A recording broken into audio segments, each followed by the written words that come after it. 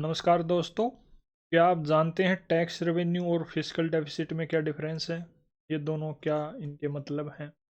NSSO ने अपने 70th सर्वे में कौन सी बात कही?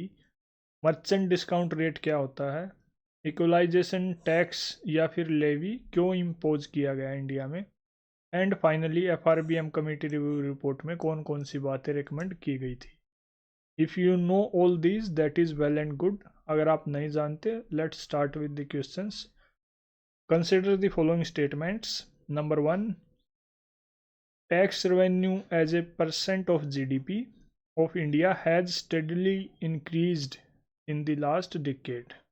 Right? जो टैक्स रेवेन्यू है as a percent of GDP वो पिछले डेकेड में, यानी डेकेड इज 10 years, एकदम लगातार बढ़ा है. Then second is fiscal deficit as a percent of GDP of India has steadily increased in the last decade. जो फिजिकल डेफिसिट है वो भी लगातार पिछले 10 साल में बढ़ा है. Which of the statements given above is or are correct?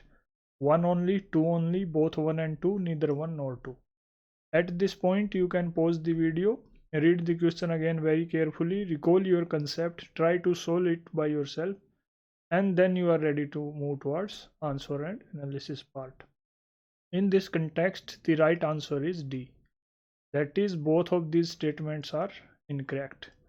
क्योंकि जो टैक्स रेवेन्यू है जीडीपी का परसेंट एंड जो फिजिकल डेफिसिट है 10 ईयर, एक कॉमन सेंस भी अगर आप यूज़ करेंगे, अगर आपको एग्जैक्ट डाटा भी नहीं पता है तो आप जान पाएंगे कि ये इस टाइप के डाटा हैं जो मतलब एक 10 ईयर बहुत बड़ी ड्यूरेशन हो जाती है, उस दौरान एक ना तो लगातार इंक्रीज होंगे ना लगातार डिक्रीज होंगे, कुछ ना कुछ अप डाउन्स इनमें आएंगे ही आएंगे.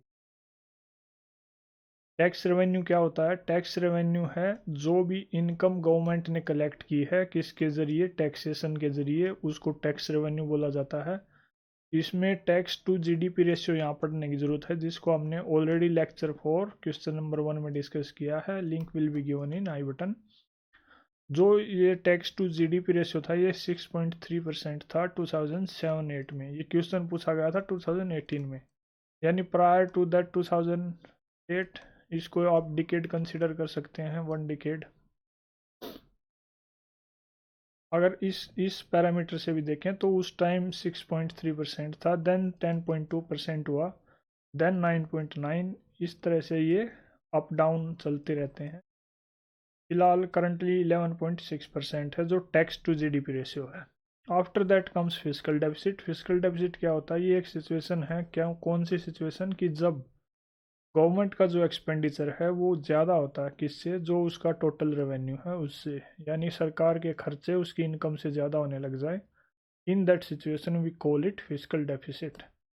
इसका जो डाटा है वो 5.9% था जीडीपी का 2008-9 के लिए. Then it became 6.7%. उसके बाद घट के 4.6% हो गया. देन और घट के ये 3.4% हो गया. देन ये बढ़ के 5.8%. इस तरह से ये भी up down you can see. Right. Question number 2 is as per NSSO 70th round situation assessment survey of agricultural households, consider the following statements. Number 1, Rajasthan has the highest percentage share of agricultural households among its rural households. Second is, out of total agricultural household in the country, a little over 60% belong to OBCs. Then in Kerala, a little over 60% of agricultural households reported to have received maximum income from sources other than agricultural activities. Right? Which of the statements given above is or are correct? 2 and 3 only, 2 only, 1 and 3 only, 1, 2 and 3.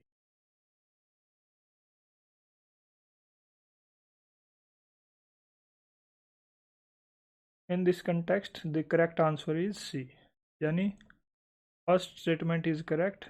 अगर आपने NSSO की जो 70th report है उसके बारे में पता था, situation assessment survey, then you will be able to mark it right. काफ़ी इन डेप्थ क्वेश्चन है ये, डिफ़िकल्ट बोल सकते हैं आप. Rajasthan has the highest percentage share of agricultural household among its rural household, and then Kerala a little over 60% of agricultural household ने ये report किया था कि उनकी मैक्सिमम इनकम जो है वो और उन सोर्सेज से आई हैं जो एग्रीकल्चरल एक्टिविटी से related. Then the figure related to OBC is incorrect. NSSO की जो 70th राउंड का सर्वे था वो जनवरी टू दिसंबर 2013 में कंडक्ट किया गया था। इसमें जो स्टेट्स जिनके पास highest number of agricultural household थे रूरल एरिया में वो थी नंबर 1 राजस्थान जहाँ पे 78% थे, सेकंड इज यूपी जहाँ पे 74% एंड थर्ड इज एमपी जहाँ पे 74%। Then I think this is 76%, 74%. Social group wise agricultural household is 45% belongs to OBC, not the 60%, right? So question में दिया हुआ। Then 16% to SC and 13% to ST category.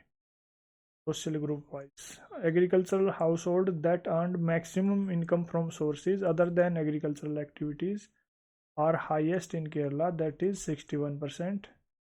Then NSSO की जो 70th report थी इसी से रिलेटेड एग्रीकल्चरल हाउस होल्ड से related वो कंडक्ट हुई थी जनवरी से दिसंबर 2019 में ये सर्वे हुआ था। इसमें एग्रीकल्चरल हाउस होल्ड की डेफिनेशन क्या है कि भाई जो भी household receiving more than 4000 as value of produce from agricultural activities, यानी जिस भी घर में ₹4000 से ज़्यादा की वैल्यू का जो भी प्रोड्यूस है वो एग्रीकल्चरल एक्टिविटीज़ से आ रहा है। एग्रीकल्चरल एक्टिविटीज़ मीन्स जो कल्टीवेशन खेत में फसल पैदा करना, horticultural crops, fodder crops, plantation, animal husbandry, poultry, fishery, piggery, beekeeping, vermiculture, sericulture, ये सभी एग्रीकल्चरल एक्टिविटीज़ का पार्ट हैं।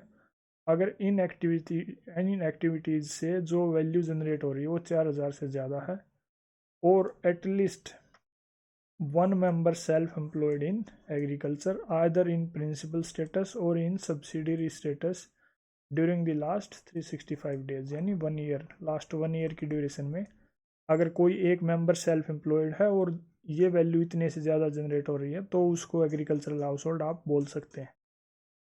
यहाँ पे जो social group wise agricultural house hold थी उसका नंबर 45.8% ओबीसी के लिए, 15.9% एससी के लिए, 14.2% एसटी के लिए and 24.1% others. Then there was state having highest monthly income of farmers was Punjab, second was Haryana. Then average land owned per household was 0.512 hectare. Landless rural households कितने थे 8.2% and then indebted rural households were 50.2%। अब बात करते हैं जो NSSO है ये क्या है, that is national sample survey office. इसको 1950 में सेटअप किया गया था, क्यों? ताकि large scale sample survey conduct किए जा सके, कहाँ पे? इंडिया में। इसको मिनिस्ट्री ऑफ स्टेटिस्टिक्स के अंडर में रखा गया था। Then after some time or after so many years NSSO was merged with CSO, that is Central Statistical Office, in 2019। इसको NSSO को प्लस CSO इनको मर्ज करके बना दिया गया था, that is NSO, that is national statistical office under ministry of statistics and programme implementation.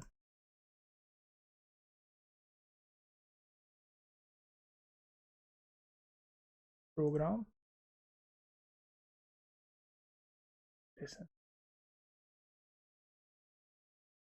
so NSO is the main organization now।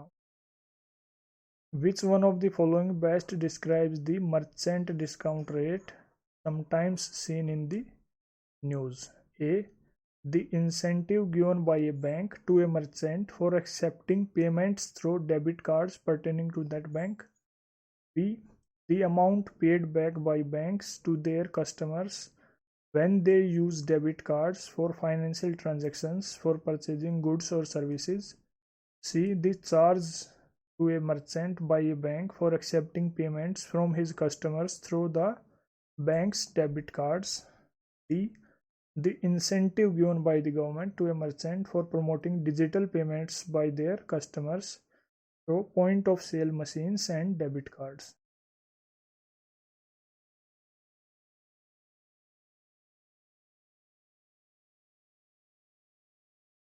In this case, C is the correct answer. The charge to a merchant, ये एक मतलब charge होता है, जो charge या फिर इसको फी भी बोल सकते हैं, जो मर्चेंट पे लगाई जाती है किसके द्वारा, बैंक के द्वारा। क्यों? ताकि वो जो भी पेमेंट एक्सेप्ट कर रहा है कस्टमर से, debit card, credit card, online transactions जो भी हैं, क्यूआर कोड बेस्ड जो भी हैं, उन सभी ट्रांजैक्शंस के लिए एक फीस लगाई जाती है, that is called merchant discount rate.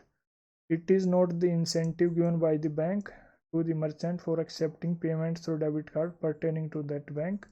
Other banks भी हो सकते हैं, not only that bank. And then B, the amount paid back by the banks to their customers. ये amount banks के द्वारा पे नहीं की जाती customers को, ये एक फीस है जो चार्ज की जाती है किस पे, मर्चेंट पे. Then incentive given by the government, that is also not correct. ये इंसेंटिव नहीं है जो गवर्नमेंट देती किसी को. अब डिटेल से बात करते हैं, what is merchant discount rate. इसको ट्रांजैक्शन डिस्काउंट रेट भी बोलते हैं. ये कॉस्ट है जो पे की जाती है किसके द्वारा, मर्चेंट के द्वारा. किसको, बैंक को. क्यों? For accepting payments from their customers via digital means like online payments, QR based payments, debit cards, credit cards. इन सभी ट्रांजैक्शंस के लिए, इन सभी ट्रांजैक्शंस की जो फाइनेंशियल सर्विसेज हैं उनको यूज़ करने के लिए मर्चेंट एक फ़ीस पे करता है किसको, बैंक को. दूसरे शब्दों में देखें तो it is a fee charge by a bank और financial institution to a merchant for providing payment processing services particularly for debit and credit card transactions. Before accepting payments, the merchant must set up this service and agree to a rate. जो ये rate होता है इस पे bank और merchant के बीच में पहले ही एक एग्रीमेंट हो जाता है, एक अंडरस्टैंडिंग हो जाती है. Then RBI periodically revises it to promote digital payments. Usually जो इसका रेट रहता है मर्चेंट का, मर्चेंट डिस्काउंट रेट का, दैट इज MDR 1 to 3% के बीच में वेरी करता है. And the amount that merchant page, जो अमाउंट यानी जो ये परसेंटेज पर ट्रांजैक्शन जो मर्चेंट पे करता है वो स्प्लिट होती है किसके बीच में, तीन स्टेक होल्डर्स के बीच में, which are number 1 the bank that enables the transaction, number 2 the vendor that installs the point of sale machine, and finally the card network provider such as Visa, Mastercard, RuPay. इन सभी के बीच में जो MDR है उसकी जो income आती है वो डिस्ट्रीब्यूट होती है. After that, there is with reference to India's decision to levy an equalization tax of 6% on online advertisement services offered by non-resident entities. Which of the following statements is or are correct? It is introduced as a part of Income Tax Act. Non-resident entities that offer advertisement services can claim tax credit in their home country under double taxation avoidance agreements. Correct. Select the correct answer using the code given below. 1 only, 2 only, both 1 and 2, neither 1 nor 2.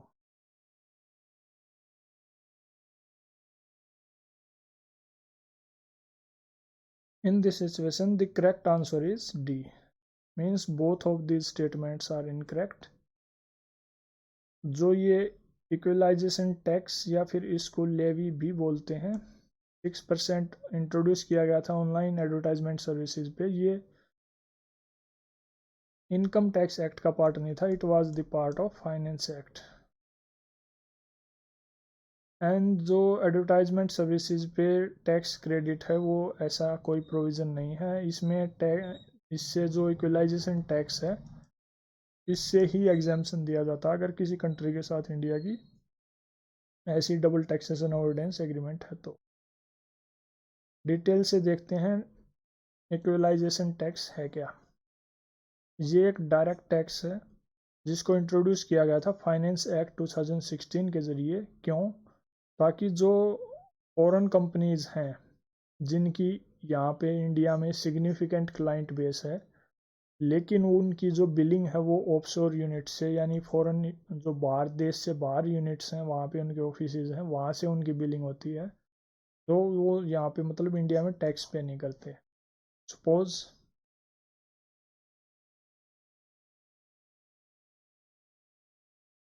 India में कोई company USA से है,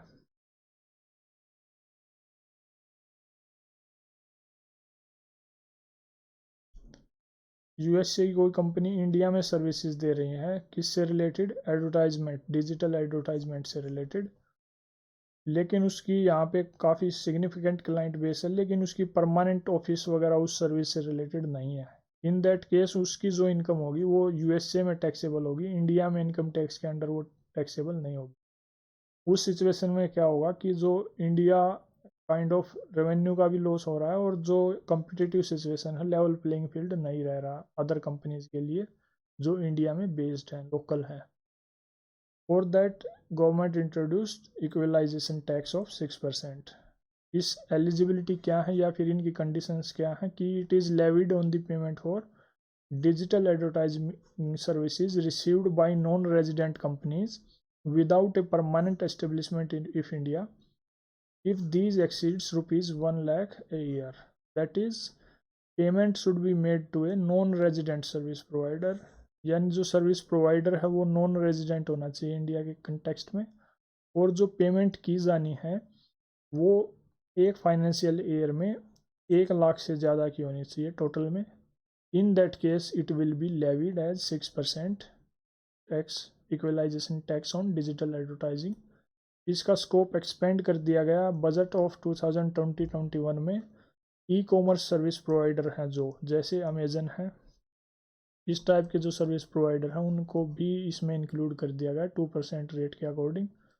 then companies with a turnover of over ₹2 crore will pay this levy on the consideration received for online sales of goods and services. कुछ examples हैं, exclusions हैं, वो क्या हैं कि जो नॉन रेजिडेंट सर्विस प्रोवाइडर है अगर उनका यहाँ पे परमानेंट ऑफिस है इंडिया के केस में, और जो सर्विस प्रोवाइड कर रहे हैं उस सर्विस के कंटेक्स्ट में अगर परमानेंट ऑफिस है, in that case they will be exempted from paying equalisation tax.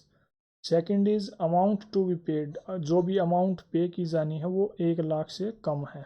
In that situation also the company will be excluded. Then to avoid double taxation, अगर किसी कंट्री के साथ इंडिया का कोई डबल टैक्सेशन एग्रीमेंट है तो इन that situation also double taxation के case में उनको एग्जाम्पशंस दिया जाएगा। ऐसा प्रोविज़न नहीं कि वो अपने कंट्री से वो टैक्स का क्रेडिट लेंगे। Then the service provided is not intended to be used to pursue profession और वर्क। अगर सर्विस इन चीज़ों से रिलेटेड नहीं है, in that case also it is exempt. Finally, consider the following statements. The Fiscal Responsibility and Budget Management Review Committee report has recommended a debt to GDP ratio, right?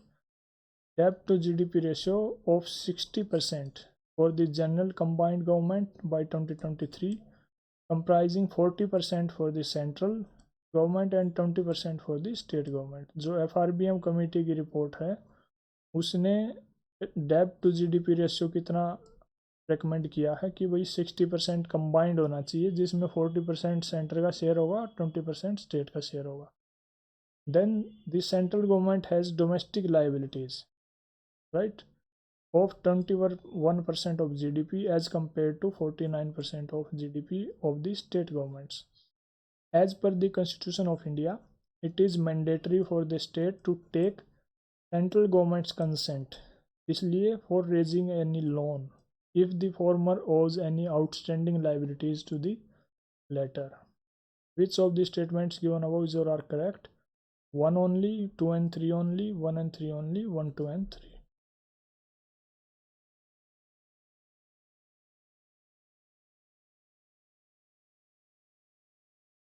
In this case, correct answer is C.